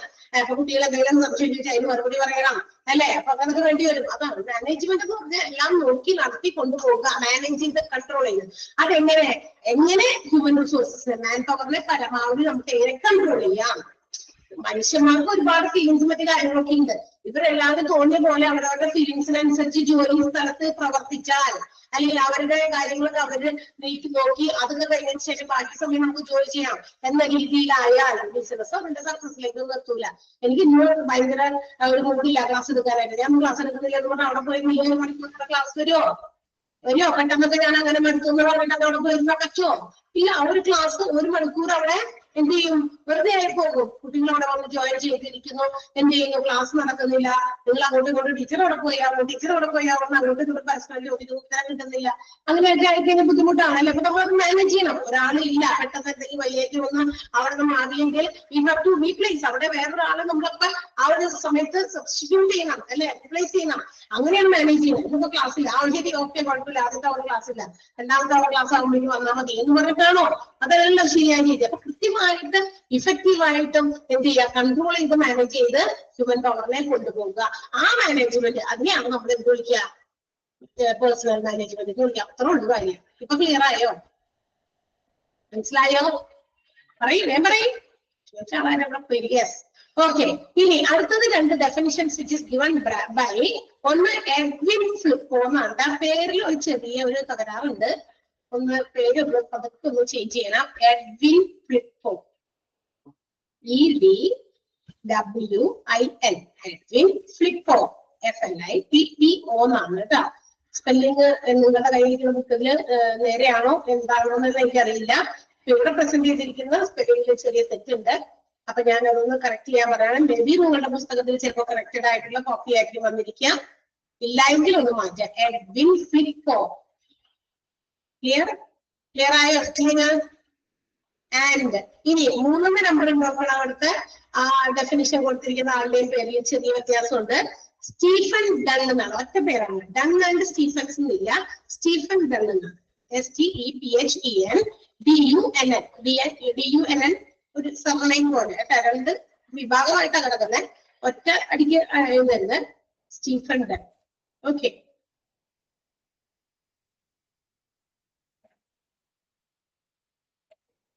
കിട്ടിയോ? കിട്ടാനുള്ളവരും അവർക്ക് കിട്ടിയാൽ എല്ലാവരും കിട്ടണമെന്നില്ല. ചിലർക്ക് ചിലപ്പോൾ അത് കറക്റ്റ് ആയിട്ടുള്ള കോപ്പി ആയിട്ട് വന്നിരിക്കും. ഓക്കെ. അപ്പൊ ഇനി ഇവിടെ 2 ആളുകൾ കൊടുത്തിരിക്കുന്ന ഡെഫിനിഷൻ ആണ്. ഏത്? ഈ പേഴ്സണൽ മാനേജ്മെന്റ് തന്നെ കോമൺ ആയിട്ടുള്ള ഒരു ഡെഫിനിഷൻ പറഞ്ഞു. അതിനുശേഷം 2 ആളുകൾ ചില കാര്യങ്ങളൊക്കെ ബിസിനസ് റിലേറ്റഡ് ആയിട്ടുള്ള ആളുകളായിരിക്കാം. അതുകൊണ്ട് തന്നെ അവർ കണ്ടെത്തിയ ചില കാര്യങ്ങൾ എന്താ പറയുക സമ്മറൈസ് ചെയ്ത് പേഴ്സണൽ മാനേജ്മെന്റിന് ഒരു ഡെഫിനിഷൻ കൊടുത്തിട്ടുണ്ട്. എഡ്വിൻ ഫ്ലിപ്പോ പറയുന്നത് ഇതാണ്: പേഴ്സണൽ മാനേജ്മെന്റ് ഈസ്, പിന്നെ കുറെ കാര്യങ്ങൾ പറഞ്ഞിട്ടുണ്ട്. എല്ലാവർക്കും ഹ്യൂമൻ റിസോഴ്സിനെ കുറിച്ചിട്ടാണ് പറഞ്ഞിട്ടുണ്ട്. വേറെ ഒന്നുമല്ല. എന്തിനെ കുറിച്ചിട്ടാ? Planning, organising, directing, controlling, procurement, development, compensation, integration, maintenance and separation of human resource. Human റിസോഴ്സുകളെ നല്ല രീതിയിൽ പ്ലാൻ ചെയ്യുക, നല്ല രീതിയിൽ അവരെ അറേഞ്ച് ചെയ്യുക, ഓർഗനൈസ് ചെയ്യുക, നല്ല രീതിയിൽ ഡയറക്റ്റിങ്ങും കൺട്രോളിങ്ങും ഒക്കെ ചെയ്യുക, അതിന് വേണ്ട നിർദ്ദേശങ്ങൾ സമയാസമയം കൊടുക്കുക, വേണ്ട രീതിയിൽ നിയന്ത്രണങ്ങൾ കൊണ്ടുവരേണ്ട സ്ഥലത്ത് അത് കൊണ്ടുവരിക, പ്രൊക്യൂർമെന്റ് അവരെ എപ്പോഴൊക്കെയാണ് നമുക്ക് ആവശ്യമുള്ള വേക്കൻസി വരുന്ന സ്ഥലങ്ങളൊക്കെ കണ്ട് മനസ്സിലാക്കി അവിടേക്ക് ആളുകളെ ഫില്ല് ചെയ്യുക, ഡെവലപ്മെന്റ് അവരെ പുനരുദ്ധരിക്കുക, അവർക്ക് വേണ്ട കോമ്പൻസേഷൻസ് വേജസോ സാലറിയോ ബെനിഫിറ്റുകളോ അതൊക്കെ എപ്പോഴാണെന്ന് വെച്ചാൽ അവർക്ക് കൊടുക്കുക, ഇന്റഗ്രേഷൻ അവരുടെ ജോലികളൊക്കെ കൃത്യമായി ഇന്റഗ്രേറ്റ് ചെയ്യുക, അവരെ ഏതെങ്കിലും രീതിയിൽ ഡെവലപ്മെന്റിന് വേണ്ടിയിട്ട് മെയിൻ്റനൻസ് പറഞ്ഞ ഹ്യൂമൻ റിസോഴ്സിനെ എങ്ങനെ മെയിൻ്റനൻസ് ചെയ്യുന്ന മോട്ടിവേഷൻസ് ഒക്കെ കൊടുത്തിട്ടേ എന്ന് വെച്ചാൽ അതാണ് ഒരു മെഷീനാണെങ്കിൽ മെയിൻ്റനൻസ് പറഞ്ഞാൽ നിങ്ങൾക്ക് മനസ്സിലായി കേടുപാടുകൾ തീർക്കലാണ്. മനുഷ്യന്മാർക്ക് ഇടയ്ക്കൊക്കെ കേടാവും. എന്താ മനുഷ്യന്മാര് കേടാവണേ? മനുഷ്യന്മാര് ചില കുറെ കൂടി ചെയ്തേ ഒരേ ജോലി തന്നെ എപ്പോഴെപ്പോഴൊക്കെ കണ്ടിന്യൂസ് ചെയ്യുമ്പോൾ കുറച്ചൊക്കെ നമുക്ക് കഴിയുമ്പോൾ ഒരു മടുപ്പൊക്കെ വരുമല്ലേ? അപ്പൊ അതിന് ആ മടുപ്പൊക്കെ വരാനങ്ങോട്ട് തുടങ്ങുന്നു എന്ന് മനസ്സിലാക്കുമ്പോൾ അതൊക്കെ മനസ്സിലാക്കണമെങ്കിൽ ഹ്യൂമൻ റിസോഴ്സുകളെ മാനേജ് ചെയ്തുകൊണ്ടേ ഇരിക്കണം. ഇടയ്ക്കിടയ്ക്ക് അവരെ ശ്രദ്ധിക്കണം, അവർ ചെയ്യുന്ന ജോലികള് പെർഫോമൻസുകളൊക്കെ നമ്മള് വിലയിരുത്തിക്കൊണ്ടിരിക്കണം അല്ലെ? അപ്പോഴാണ് അപ്പൊ അവര് ഇങ്ങനെ കുറച്ചിങ്ങോട്ട് താന്നു പോയോ, അത്രയും നല്ല രീതിയിലുള്ള പെർഫോമൻസ് ഇല്ലല്ലോ എന്നൊക്കെ മനസ്സിലാക്കേണ്ടടുത്ത് അങ്ങനെ മനസ്സിലാക്കി അവർക്ക് വേണ്ട മോട്ടിവേഷൻസ് കൊടുക്കണം. ഓക്കെ, അപ്പൊ അങ്ങനെയുള്ള കാര്യങ്ങള്. പിന്നെ സെപ്പറേഷൻ എന്ന് പറഞ്ഞാൽ ജോലിയൊക്കെ നിർത്തി പോകുന്ന കാര്യങ്ങളാണ്. ഓക്കെ, അങ്ങനെയുള്ള കാര്യങ്ങൾ. അപ്പൊ ഹ്യൂമൻ റിസോഴ്സസിന്റെ ഈ പറയുന്ന എല്ലാ കാര്യങ്ങളും അത് ഓർഗനൈസേഷന്റെ തുടക്കം മുതൽ അവസാനം വരെ ഒരു ഓർഗനൈസേഷൻ അതിന്റെ വ്യക്തിപരമായ സാമൂഹ്യപരമായിട്ടുള്ള ഒബ്ജക്റ്റീവ്സ് എന്താ ലക്ഷ്യങ്ങൾ ഫുൾഫിൽ ചെയ്യുന്നതിന് വേണ്ടി ഈ പറയുന്ന ഹ്യൂമൻ റിസോഴ്സിനെ മാനേജ് ചെയ്യുക. അതാണ് പേഴ്സണൽ മാനേജ്മെന്റ് പറയുന്നത്. ആ നീണ്ട ഡെഫിനിഷൻ ഓർത്താൽ മതി. ഓരോ ഡെഫിനേഷനിലും നിങ്ങൾക്ക് വ്യത്യസ്തമായിട്ട് മനസ്സിലാക്കും. വെറുതെ പേഴ്സണൽ മാനേജ്മെന്റ് ആളുകളുടെ പേരൊന്നും പറഞ്ഞിട്ടില്ല. ഇതില് carries out effective control and use of manpower distinguished from other sources of power. അതാണ് പേഴ്സണൽ മാനേജ്മെന്റിന്റെ കോമൺ ആയിട്ടുള്ള ഡെഫിനിഷൻ. എഡ്വിൻ ഫ്ലിപ്പോ പറയുന്നത് personnel management is planning, directing, organising, controlling, procurement, development, maintenance, separation of human resources to the end of individual, organizational and social objectives. അതായത് ഒരു ഓർഗനൈസേഷന്റെ സാമൂഹ്യപരമായിട്ടുള്ളത്, organisation സംബന്ധമായിട്ടുള്ളത്, വ്യക്തിപരമായിട്ടുള്ള ആവശ്യങ്ങൾ fulfil ചെയ്യുന്നതിന് വേണ്ടിയിട്ട് ഹ്യൂമൻ റിസോഴ്സുകളെ നല്ല രീതിയിൽ പ്ലാൻ ചെയ്യുക, പ്രൊക്യൂർ ചെയ്യുക, ഡെവലപ്പ് ചെയ്യുക, ഓർഗനൈസ് ചെയ്യുക, റിക്രൂട്ട് ചെയ്യുക, ഡയറക്ട് ചെയ്യുക, അങ്ങനെ ഒരുപാട് കാര്യങ്ങളാണ്. അതാണ് എഡ്വിൻ ഫ്ലിപ്പോയുടെ അഭിപ്രായത്തില് പേഴ്സണൽ മാനേജ്മെന്റ് എന്ന് പറയുന്നത്. ക്ലിയർ ആയോ? അണ്ടർലൈൻ ചെയ്യണം. ഡെഫിനിഷൻസ് മൂന്നും വളരെ ഇമ്പോർട്ടന്റ് ആണ്. And the third definition which is given by Stephen Dunn. Stephen Dunn തന്നിരിക്കുന്ന പേഴ്സണൽ മാനേജ്മെന്റ് മറ്റൊരു ഡെഫിനിഷൻ വളരെ സിമ്പിൾ ആണ്. ഓക്കെ, എല്ലാം വ്യത്യാസമുണ്ട് കേട്ടോ, മനസ്സിലാകാനായിട്ടും എളുപ്പമാണ്. ഏത് ഡെഫിനിഷൻ ഏതിന്റെയാണ്? എഡ്വിൻ ഫ്ലിപ്പോന്റെ ഏതാ, കോമൺ ആയിട്ടുള്ള ഡെഫിനിഷൻ ഏതാ, പിന്നെ സ്റ്റീഫൻ ഡണ്ണിന്റെ ഡെഫിനിഷൻ ഏതാണെന്ന് നിങ്ങൾക്ക് ഐഡന്റിഫൈ ചെയ്യാൻ പറ്റുന്ന രീതിയിലാണ് ഡെഫിനിഷന്റെ ആ ഒരു സ്ട്രക്ചർ. ഓക്കെ, ഇനി സ്റ്റീഫൻ ഡൺ പറയുന്നത് personnel management is the process. അതിന് പ്രത്യേക രീതിയിലുള്ള പ്രക്രിയയാണ്. എന്ത് പ്രക്രിയ? Attracting, holding and motivating people that involves all managers line and staff. ഒരു ഓർഗനൈസേഷനിലെ മാനേജ്മെന്റോ മറ്റേതെങ്കിലും സ്റ്റാഫുകളോ ഏത് തന്നെയായാലും ഇവരെ എല്ലാം തന്നെ എന്ത് ചെയ്യുക? അട്രാക്ട് ചെയ്യുക, ഹോൾഡ് ചെയ്യുക, മോട്ടിവേറ്റ് ചെയ്യുക. 3 ആക്ടിവിറ്റീസ് ആണ് നടക്കുന്നത്. ഹ്യൂമൻ റിസോഴ്സുകളെ പരമാവധി അട്രാക്ട് ചെയ്യുക, ഹോൾഡ് ചെയ്യുക, അതുപോലെ മോട്ടിവേറ്റ് ചെയ്യുക. എന്താ അട്രാക്ട് ചെയ്യാന്ന് പറഞ്ഞാൽ, ഇപ്പൊ ഒരു ഓർഗനൈസേഷൻ, ഇപ്പൊ ഇവിടെ നമ്മളുടെ എന്താ പറയാ ഉദാഹരണം പറയുന്നതാണ്. എന്താ പറയാ, നമ്മള് സ്വയം എന്തെങ്കിലും ചെയ്യുന്നു എന്നൊക്കെ വിചാരിക്കുമല്ലോ, പറയുന്നത് സ്വയം എന്തെങ്കിലുമൊക്കെ അങ്ങനെ പറയുന്നു എന്ന് വിചാരിക്കും. പക്ഷെ എനിക്ക് മുമ്പത്തിനകത്തുകൊണ്ടും പിന്നെ മാത്രമല്ല ഒരു എക്സാമ്പിൾ എനിക്ക് പറയാൻ ഞാൻ ഫോഴ്സ്ഫുള്ളി അത് പറയാണ്. ഓക്കെ, അപ്പൊ ഇവിടെ ഇപ്പൊ നമ്മുടെ human resource management hospital administration course ഇവിടെ തുടക്കമൊക്കെ വന്നു കഴിഞ്ഞപ്പോ ആദ്യ ആളുകൾ ഇപ്പൊ ഇത്രയും ചെറിയ എമൗണ്ടിൽ നമ്മൾ ഒരു കോഴ്സ് ഓഫർ ചെയ്തിരിക്കുന്നു.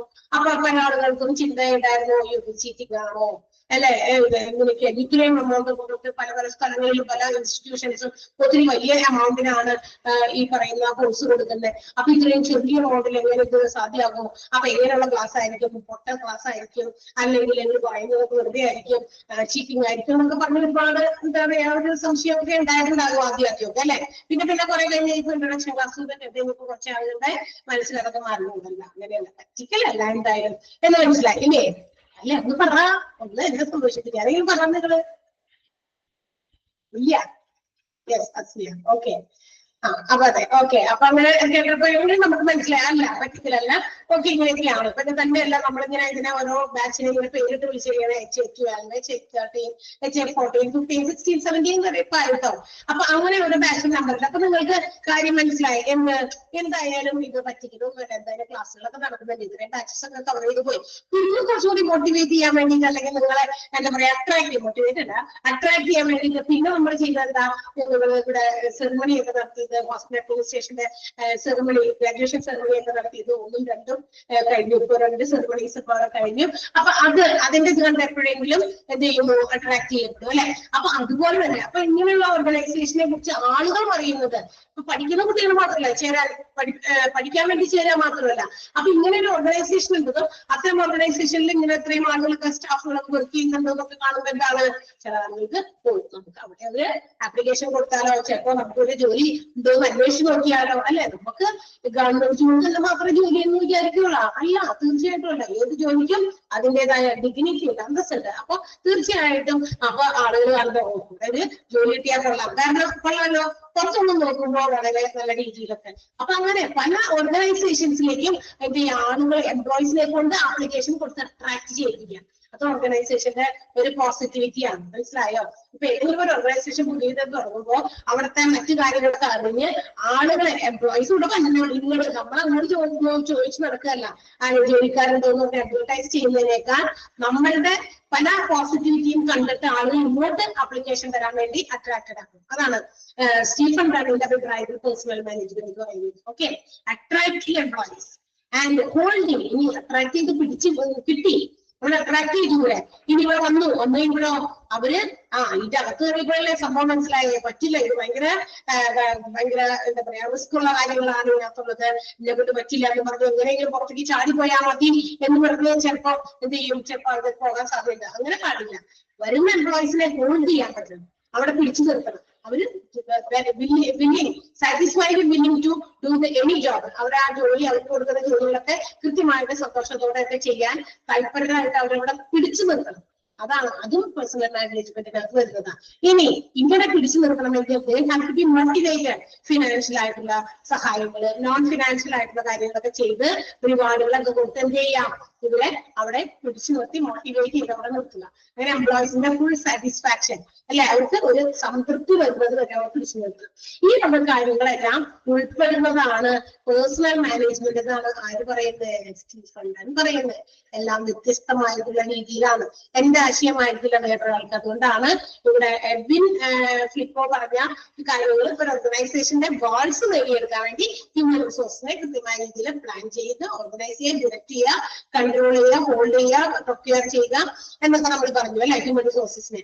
എന്നാൽ സ്റ്റീഫൻ ഡൺ പറയുന്നത് പേഴ്സണൽ മാനേജ്മെന്റ് എന്ന് പറയുന്നത് അട്രാക്ടിങ് പീപ്പിൾ അല്ലെങ്കിൽ attracting employees, holding employees and also motivating employees which involves all managers, line and staff. Management ആയിക്കോട്ടെ, ലൈൻ ആൻഡ് സ്റ്റാഫ് എംപ്ലോയീസ് ആയിക്കോട്ടെ, എല്ലാവരെയും അട്രാക്ട് ചെയ്യുക, ഹോൾഡ് ചെയ്യുക, മോട്ടിവേറ്റ് ചെയ്യുക. ക്ലിയർ ആയോ? സ്റ്റീഫൻ ഡണ്ണിന്റെ ഡെഫിനിഷൻ ക്ലിയർ ആയോ എല്ലാവർക്കും? ഒന്ന് വായിച്ചു നോക്കാമോ? 2 ഡെഫിനിഷനും ജസ്റ്റ് ഒന്ന് വേഗം വായിച്ചു നോക്കിയേ.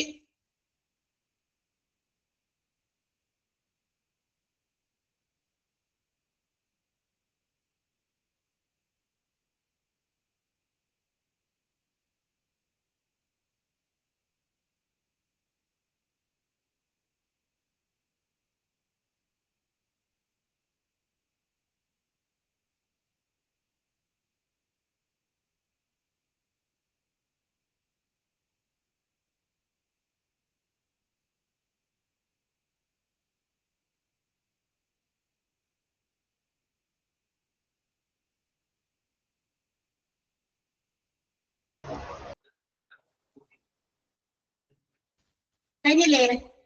ക്ലിയർ ആണ് എല്ലാ 2 ഡെഫിനിഷനും? ക്ലിയർ ചെയ്യാവുന്നവർക്ക് എന്താ നേടുക എംപ്ലോയീസിനെ നേടുക. Okay, yes. ഇനി ആ സ്റ്റീഫൻ ഡൺ പറഞ്ഞിരിക്കുന്ന ഡെഫിനിഷനില് 3 ഇമ്പോർട്ടന്റ് ആയിട്ടുള്ള ടേംസ് അവിടെ എടുത്ത് പറയുന്നത് അട്രാക്ടിങ്, ഹോൾഡിങ് ആൻഡ് മോട്ടിവേറ്റിംഗ്. അതിനെ ഒന്നുകൂടി എക്സ്പ്ലെയിൻ ചെയ്യുന്നുണ്ട്. എന്താണ് ഈ അട്രാക്ടിങ്, എന്താണ് ഹോൾഡിങ്, എന്താണ് മോട്ടിവേറ്റിംഗ് എന്നുള്ളത്. അതാണ് അവിടെ കൊടുത്തിരിക്കുന്നത്. ഓക്കെ, അപ്പൊ നമുക്ക് നോക്കാം എന്താണ് അട്രാക്ടിങ് പീപ്പിൾ. എങ്ങനെയാണ് നമുക്ക് ഒരു ഓർഗനൈസേഷനിലേക്ക് കൂടുതൽ കൂടുതൽ എംപ്ലോയീസിനെ നമുക്ക് അട്രാക്ട് ചെയ്യാൻ പറ്റാം അല്ലെ? ചിലപ്പോ ചില ആൾക്കാർ സാലറിയുടെ വലിപ്പം കണ്ടിട്ട് അട്രാക്ട് ചെയ്യപ്പെടാം അല്ലെ? സാലറി മാത്രമല്ല, ചില ആൾക്കാര് എന്താ പറയാ നോൺ മോണിറ്ററി എന്ന് വെച്ചാൽ അവിടെ നടക്കുന്ന മറ്റു പല എക്സ്ട്രാ കരിക്കുലർ ആക്ടിവിറ്റീസ് കണ്ടിട്ടാകാം. ചിലപ്പോ അവിടുത്തെ മറ്റേതെങ്കിലും ഫിനാൻഷ്യൽ ആയിട്ടുള്ള സഹായം അല്ലാതെ എന്താ പറയാ ചിലപ്പോ വർഷത്തിൽ ഒരിക്കലും ട്രിപ്പൊക്കെ പോകുക. അപ്പോഴൊക്കെ ആളുകൾ പറഞ്ഞിട്ടായാലും പറയുമ്പോൾ ആ ഓർഗനൈസേഷനിൽ വർക്ക് ചെയ്യാനുള്ള ആഗ്രഹം മറ്റു എംപ്ലോയീസിന് തോന്നും. ഓക്കെ, അപ്പൊ അങ്ങനെ മോണിറ്ററി നോൺ മോണിറ്ററി റിവാർഡുകളൊക്കെ ഓഫർ ചെയ്തുകൊണ്ട് they can attract more employees to the firm. ഒരു ഓർഗനൈസേഷനിൽ എന്ത് ചെയ്യാം, കൂടുതൽ എംപ്ലോയീസിനെ അട്രാക്ട് ചെയ്യാൻ പറ്റും. ഇനി ഹോൾട്ടിംഗ് എന്താണ്? By improving work environment. നമ്മൾ ഒരാൾക്കാരെ ജോലിക്ക് എടുത്തു, റിക്രൂട്ട് ഒക്കെ ചെയ്തു, അട്രാക്ട് ചെയ്തപ്പോ എന്ത് ചെയ്തു, വരുന്ന ആൾക്കാരെയൊക്കെ ആപ്ലിക്കേഷനും അവരുടെ ക്വാളിഫിക്കേഷനും അവരുടെ എഫിഷ്യൻസി ഒക്കെ നോക്കി നമ്മൾ ജോലി കൊടുത്തു. ഈ ജോലിക്ക് എടുത്തവര് അവരെ നമ്മൾ കൈവിടാതെ പിടിക്കണം എന്ന് വെച്ചാൽ അവിടെ തന്നെ ഹോൾഡ് ചെയ്യണം. അതിന് ഹോൾഡ് ചെയ്യണമെങ്കിൽ എന്താണ് to improve the work environment. നമ്മുടെ ജോലിക്ക് ഉള്ള നല്ല രീതിയിലുള്ള സഹായം ചെയ്തു കൊടുക്കുക, സൗകര്യം ചെയ്തു കൊടുക്കുക. നല്ല രീതിയിൽ അവർക്ക് ജോലി ചെയ്യാൻ ഉള്ള സഹായ സൗകര്യങ്ങൾ എന്ത് ചെയ്യണം, ഓർഗനൈസേഷനിൽ പ്രൊവൈഡ് ചെയ്യണം. നല്ലൊരു വർക്കിംഗ് എൻവയോൺമെന്റ് സൃഷ്ടിക്കണം അല്ലെ? അല്ലാതെ ഇതൊക്കെയാണ് ഇവിടുത്തെ സൗകര്യം. ഇവിടെ പറ്റുമെങ്കിൽ ജോലി ചെയ്യണം, അല്ലെങ്കിൽ ഇവിടെ അങ്ങനെ ചെയ്യണം, അങ്ങനെയൊക്കെയാന്ന് പറഞ്ഞു കഴിഞ്ഞാൽ കുറെ അടിച്ചേൽപ്പിക്കലുകളൊന്നും ഇന്നത്തെ ആളുകൾക്ക് ഇന്നത്തെ കാലത്ത് ഇഷ്ടമല്ല. ആണോ? ഇങ്ങനെ ഇത്രയും സൗകര്യം ഉള്ളൂ, ഈ സൗകര്യത്തിനുള്ളിൽ നിങ്ങളോട് ജോലി ചെയ്തോളണം എന്നൊക്കെ പറഞ്ഞാൽ ആളുകൾ സമ്മതിക്കുന്നുണ്ടോ? ഇന്നത്തെ കാലത്ത് സമ്മതിക്കോ? നിങ്ങൾക്ക് സമ്മതിക്കോ? നമുക്ക് അതന്നെ ഒരു ഫ്രീനെസ് മാത്രമല്ല, നമുക്ക് ഇപ്പൊ ഒരു എന്താ പറയാ മനുഷ്യരെല്ലാം ജോലി ചെയ്യുന്നത് നമുക്ക് നമ്മളുടേതായ ചിലപ്പോ എന്താ പറയാ വാഷ്റൂമുകള് ചിലപ്പോ നല്ല രീതിയിലുള്ള സൗകര്യമൊക്കെ ഇല്ല, അല്ലെങ്കിൽ ഉള്ളത് തന്നെ വൃത്തിക്കും മെനക്കൊക്കെ ഉണ്ടാകാതെയൊക്കെ ഇടുമ്പോ അവർക്കത് ഇഷ്ടാവില്ല അല്ലെ? അപ്പൊ നമ്മളിവിടെ ജോലിക്ക് വന്നിരിക്കും നമ്മളുടെ ജോലി ചെയ്യാം. അപ്പൊ ഇങ്ങനെയുള്ള കാര്യങ്ങളൊക്കെ നടക്കുമ്പോ എന്ത് പറ്റും, നമുക്ക് ഫ്രീ ആയിട്ട് ഒന്ന് എന്താ പറയാ ഒന്ന് പോകാൻ അങ്ങോട്ടൊക്കെ ചിലപ്പോ അതൊക്കെ യൂസ് ചെയ്യേണ്ടി വരും. ചിലപ്പോ ഇതൊക്കെ നമ്മള് അയ്യോ ഇതങ്ങനെ പോകുന്നു വെച്ചിട്ട് പിടിച്ചു വെച്ചപ്പോൾ നിൽക്കും. അങ്ങനെ അപ്പൊ അങ്ങനെ വർക്കിംഗ് എൻവയോൺമെന്റ് നല്ല രീതിയിലാക്കി കൊടുക്കുക. അങ്ങനെയാണ് നമുക്ക് എംപ്ലോയീസിനെ ഹോൾഡ് ചെയ്യാൻ പറ്റുക. ഇനി മോട്ടിവേറ്റിംഗ് എങ്ങനെയാ? കൂടുതൽ ഇമ്പ്രൂവ്മെന്റുകൾ, അതായത് നമ്മളുടെ ബിസിനസ് ഓർഗനൈസേഷനിൽ പ്രോഗ്രസീവ് ആയിട്ടില്ല, നമ്മുടെ പുരോഗമനത്തിന് വേണ്ടി വരുന്ന കുറെ കാര്യങ്ങള്, ഹ്യൂമൻ പോളിസീസ്, മനുഷ്യരെ നമ്മൾ ഡീൽ ചെയ്യുന്നതിനുള്ള പോളിസീസ് ഒക്കെ ക്രിയേറ്റ് ചെയ്യുമ്പോൾ അത് എംപ്ലോയി സാറ്റിസ്ഫൈഡ് ആയിട്ടുള്ള കാര്യങ്ങളായിരിക്കും. അതായത് ഇപ്പൊ കുറെ നിയമങ്ങളും രീതികളും ന്യായങ്ങളൊക്കെ കൊണ്ടുവരും. ബിസിനസ് ഓർഗനൈസേഷനിൽ ഓരോ ജോലിക്കാരും ഫോളോ ചെയ്യേണ്ട നിയമങ്ങളൊക്കെ കൊണ്ടുവരുമ്പോൾ അത് എംപ്ലോയീസ് ഒക്കെ സാറ്റിസ്ഫൈഡ് ആയിട്ട് അവരൊക്കെ ചെയ്യാൻ പറ്റുന്ന രീതിയിലുള്ള പോളിസീസ് ഒക്കെ രൂപീകരിക്കണം. അവരെ കൊണ്ട് അടിച്ചേൽപ്പിച്ച് ചെയ്യിപ്പിക്കുന്ന രീതിയിലുള്ളതാകരുത്. മനസ്സിലായോ? അതാണ് ഈ 3 ടേംസിന്റെ അർത്ഥം കേട്ടോ. Attracting, holding and motivating. Holding തന്നെയാണ് റീറ്റെയിനിങ് എന്ന് പറയുന്നത്. റീറ്റെയിൻ ചെയ്യുന്നത് അവിടെ നിലനിർത്തുക എന്നാണ്. ഓക്കെ, ക്ലിയർ ആണോ? 3 ടേംസ്, 3 ടേംസും അടക്കമാണ് കേട്ടോ ഇമ്പോർട്ടന്റ്. 3 ടേംസ് എന്താ പറയാ ഇങ്ങനെ ഡിഫൈൻ ചെയ്തിട്ടുണ്ടല്ലോ 3 ടേമുകൾ, അതും ഇമ്പോർട്ടന്റ് ആണ്. ഡെഫിനിഷൻസും ഇമ്പോർട്ടന്റ് ആണ്.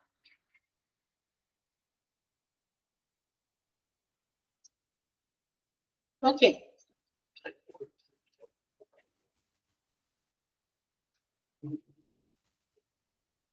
അടുത്തത് ഇത്തിരി എളുപ്പമുള്ളതായതുകൊണ്ട് നമുക്ക് അങ്ങോട്ട് എടുത്തേക്കാം. ഓക്കെ, എത്ര പോയിന്റ് ഉണ്ട്? 10 പോയിന്റ് ഉണ്ട്. അത് പറഞ്ഞേക്കാലോ അല്ലെ? എളുപ്പമുള്ളതാണ്. ഇനി characteristics and qualities of A personal manager. ഒരു തൊഴിലാളികളൊക്കെ മാനേജ് ചെയ്യുന്ന പേഴ്സണൽ മാനേജർക്ക് വേണ്ട ചില എസെൻഷ്യൽ ക്വാളിറ്റീസ് ആണ്, അത്യാവശ്യം വേണ്ട ചില ഗുണങ്ങള്, ചില സവിശേഷതകൾ എന്തൊക്കെയാണെന്നാണ് അടുത്തത് പറയുന്നത്. ഒന്നാമത്തെ ആ പോയിന്റ് അങ്ങനെ തന്നെ വായിച്ച് നോക്കിയാൽ മതി. അതിൽ ആ ചെറിയ കുറച്ച് പോയിന്റുകൾ ഞാൻ അടയാളപ്പെടുത്തി തരും, അത് പഠിച്ചേക്കണം കേട്ടോ. ആ ക്വാളിറ്റീസ് ഓഫ് പേഴ്സണൽ മാനേജറിന്റെ പറഞ്ഞത് ഏതൊക്കെയാണെന്നൊക്കെ പറഞ്ഞ് ചിലപ്പോൾ ചോദിക്കാറുണ്ട്. അതുകൊണ്ടാണ് personal manager must be specialist in organisational theory and likely to be an effective advisor to the top management in organizational matters as well as being able to organize his own department.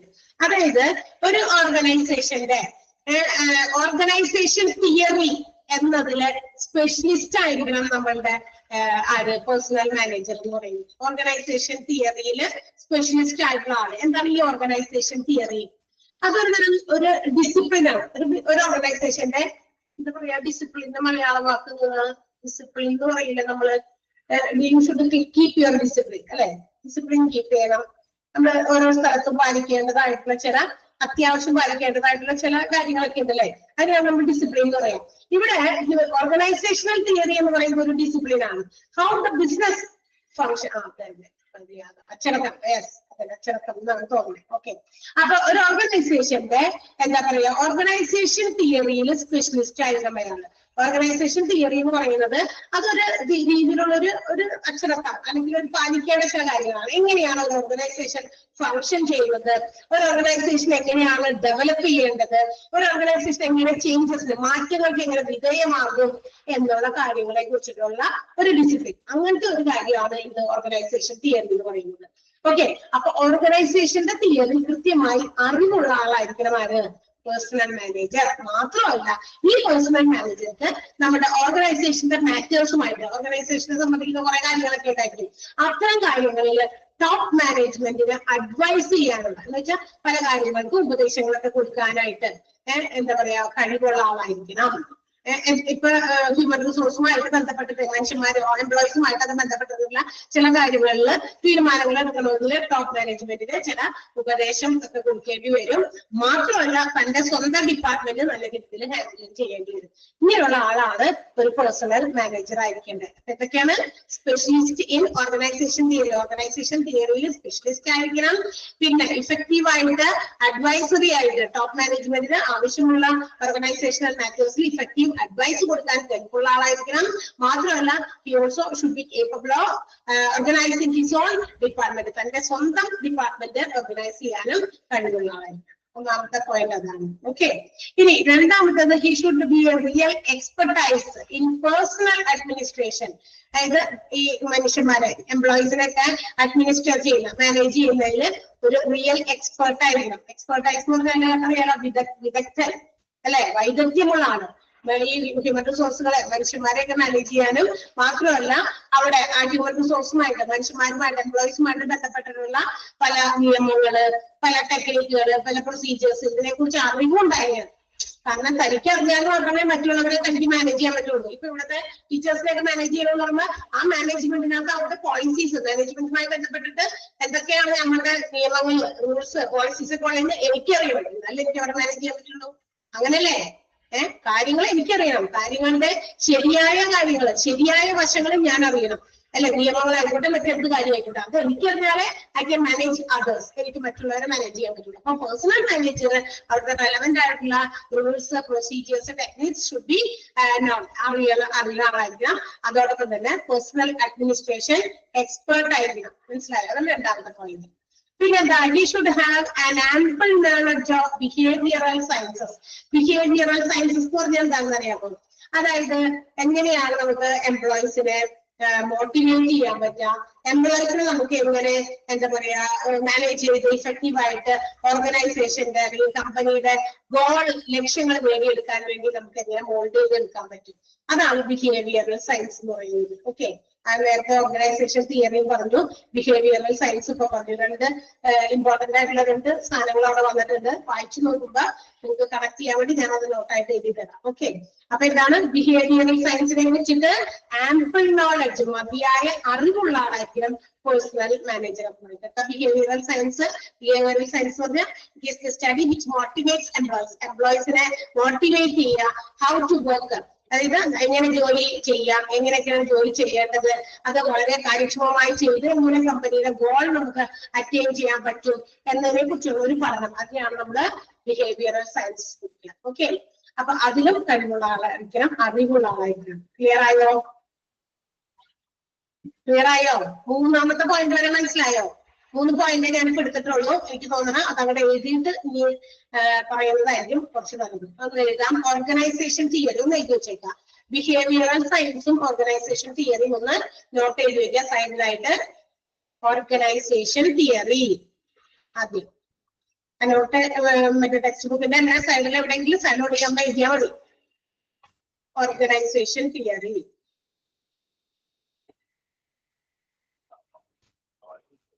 A discipline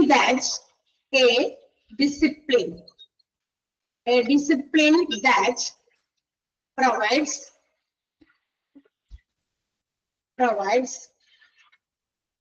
Insight, INSIGHT. Insight എന്ന് പറഞ്ഞാൽ ഉൾക്കാഴ്ച. Discipline that provides insight to insight ആണ് inside എന്നല്ല insight to how business functions, FUNCTIONS, functions, comma, develop, എങ്ങനെ organisation function ചെയ്യുന്നു, comma, develop, and adopt, ADOPT, adopt, sorry, adapt, ADAPT, A ആണ് കേട്ടോ, അല്ല, adapt to changes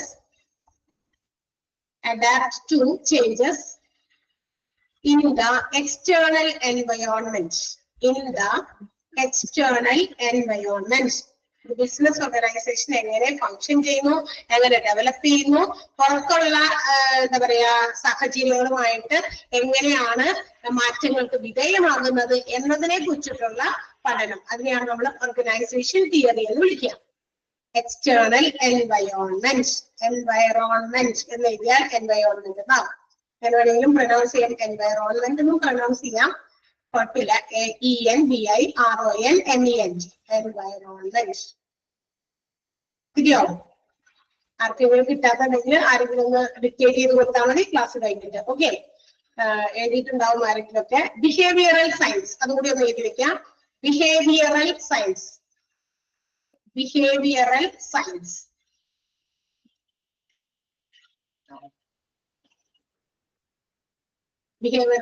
ചെയ്താ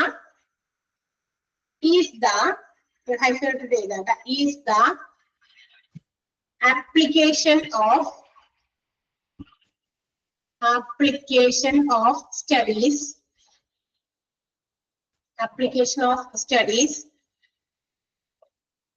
which motivates employees,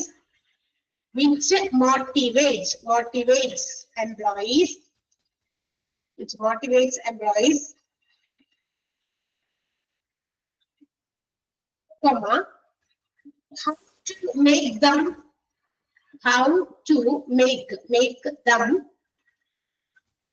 work, WORK, work more effectively, how to work more effectively to achieve,